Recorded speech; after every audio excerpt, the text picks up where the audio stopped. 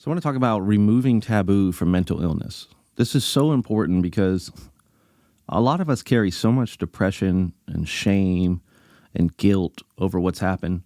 We say, why am I in this situation? I did everything right. I followed the doctor's instructions. I didn't abuse drugs. I didn't abuse this drug. I don't abuse alcohol. I work hard. I'm a good family person. I love my family. I'm a provider. I did everything right. Maybe I go to church. I didn't ask for this. And you start to, there's a couple phases here. I mean, one is the anger, right? The anger of just, how the hell did I get here? This is not fair. Damn this drug taking everything away from me.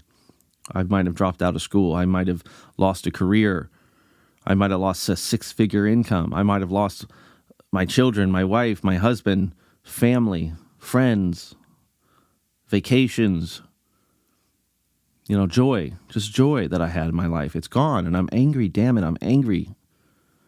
And a lot of the anger is misplaced because part of it's you're angry at the psychiatrist, right? The ones that gave you the meds. Why didn't they tell you? Why couldn't they tell you ahead of time, hey, I'm going to give you this. You're having some anxiety or depression for this or that. I'm going to give you this drug. Could work really good for a little bit, but there's going to come a point where it's going to stop working, and you're going to have to get off this drug, and it is going to be sheer hell. Sheer hell. You have no idea how bad it's going to be, most likely. It's going to take a long time. A lot of people don't get off of it. Some people even kill themselves. We might have to put you on another drug, like an antidepressant at that point, a drug for sleep. I mean, they don't tell you all this ahead of time. So there's a lot of anger there. At the same time, you look at psychiatry and mental health and you kind of get it. Look, there is a lot of people that get a lot of benefit off benzos. Not all psychiatrists are bad. Psychiatry isn't evil, despite what some of our peers might tell us. But here we are. So it's this anger of this disposition of being in this crummy position that we didn't ask for. And we don't even know who to be angry towards. The government, the psychiatry, mental health, psychologists, ourselves. Is it my fault? Damn it, I should have been smarter. What did I do? I shouldn't have been weak. That's what a lot of guys say. I shouldn't have been weak. I'm stronger than this. And we just don't seem to understand exactly what it is that we're facing or how we got here. I mean, we don't see it clearly. We're under it. We're under the anxiety and depression and stress and guilt and shame. And these things do not paint an accurate portrait of reality. And we have to remember that because when you're depressed or anxious, you think you're seeing things clearly. You say, well, sure, I'm a little anxious or I'm depressed or I'm going through withdrawal, but I can see things clearly. You can't. We can't. Simply put, we can't. Anxiety repaints things into a more fearful place, a more paranoid, anxious place. Depression, overwhelmingly negative. Self-defeating, hopeless, self-blaming. It automatically does that for all of us. When you're in these states, for every one of us. So nobody gets out of that. The most you can do, as we talked about before, is cognitive restructuring, looking at every single thing in your life. If you want to blame yourself, do you say, okay, damn it, why am I in this situation? I had a panic attack and I got on this drug. I should never listen to my psychiatrist. I should have known more. This is my fault. Damn it, I'm a loser. Okay, let's start with that. Well, how would you have known more? Were you a medical doctor? No. You had specialties in other areas. You can't be specializing in everything. If you buy a bad car and something goes wrong on it, you don't blame yourself necessarily. You're not a mechanic. But with mental health, we personalize everything, And again, part of the problem is the nature of it. The nature of depression and anxiety, it is self-blaming. It's fear. It's depression. Of course, we're going to feel this way. We're going to feel angry and upset and little and small. And self-blaming is overwhelming in benzo recovery in the community. I mean, I'd say 80% of the clients I talk to have a high degree of self-blame. On some level, they're just, I should have known better. I should have known, but I should never have done that second damn drug. I got off it once. Why the hell did I get back on it? And listen, at the end of the day, we have to put everything in perspective. We're not all, even myself now, I'm becoming a specialist in clinical psychology. I didn't know what I was getting into. I had no idea. I listened to the doctor. He said, take it. You need it. Okay. I'm getting panic attacks. It's not working. Hey, up the dose. Okay, he's a doctor. I don't know. Okay, he said stay on it. Years later, it's affecting my life negatively. I need to come off it. No. You need to stay on it. Stay on it. Okay, he's a doctor. What do I do?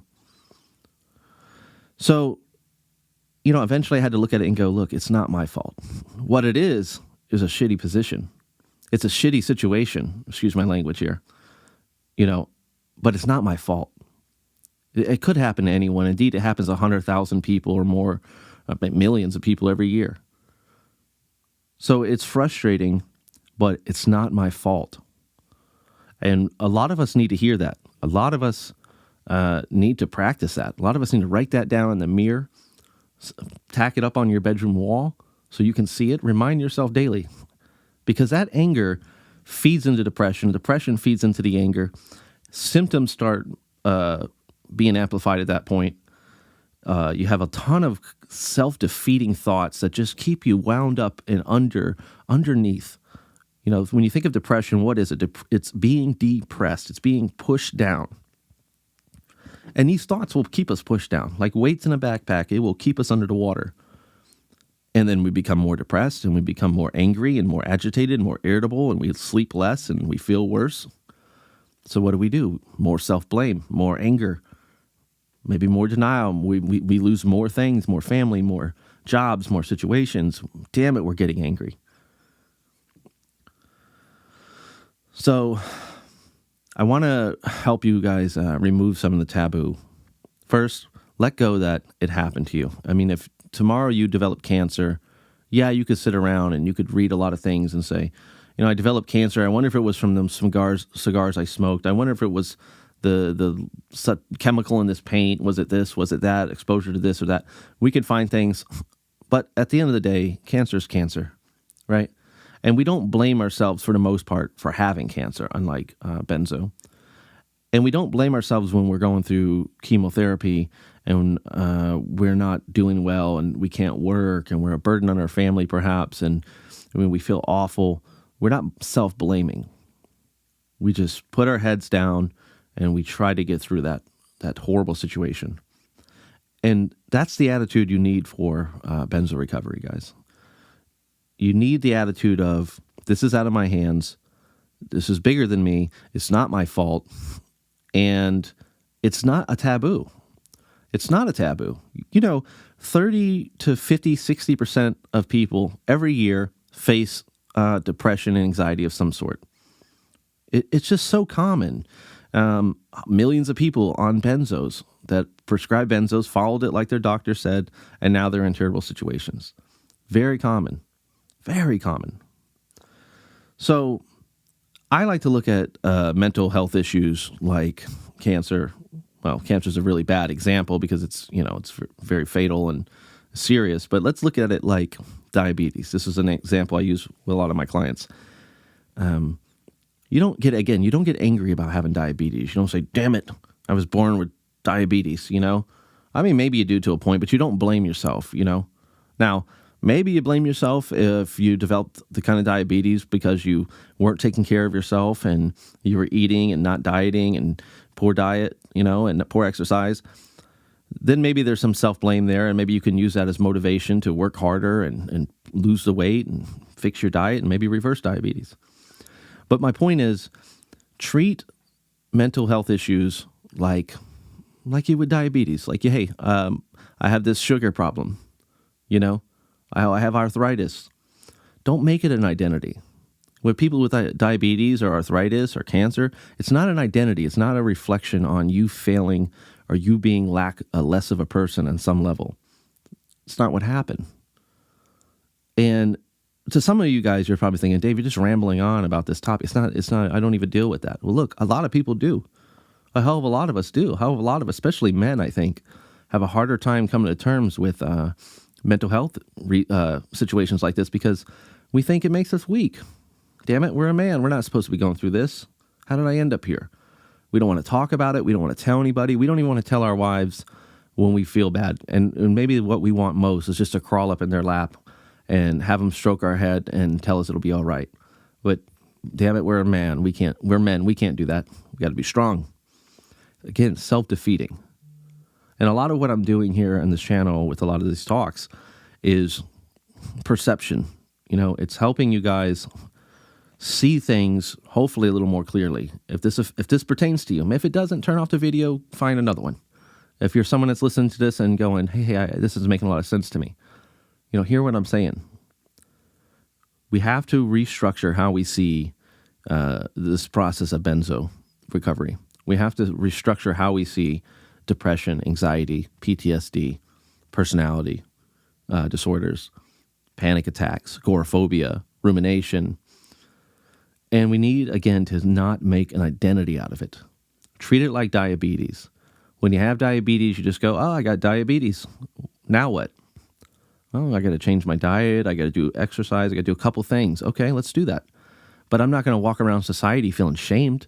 I'm not going to hide my head. I'm not going to sit up at night blaming myself and with anger. Even if my diabetes or arthritis or cancer got so bad that I lost jobs or my relationships, it's not my fault. And that's what I'm going to end this video on. It's not your fault. It's not your fault. But how you handle it, what you choose to do next, is largely up to you. Hey everyone, thanks for watching and listening. Please click the like and subscribe button if you enjoyed the content. And be sure to check out my book on Amazon, The Powers Manual, Benzo Guide to Recovery.